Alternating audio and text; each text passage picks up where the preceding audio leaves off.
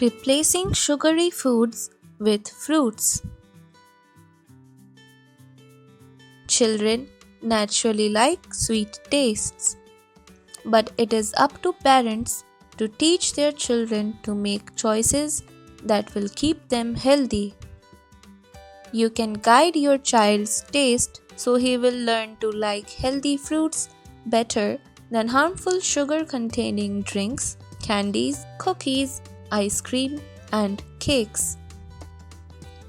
Soft drinks like Coke contain no nutrients but only purified sugar and other substances that are not good for your child or you.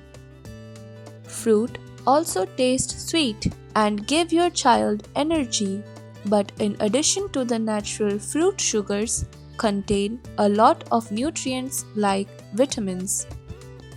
Children who get sugary foods and drinks won't be able to eat enough good foods that give them proteins, vitamins, and minerals. Without nutrients, children have weak immune defense. Therefore, they often get infections.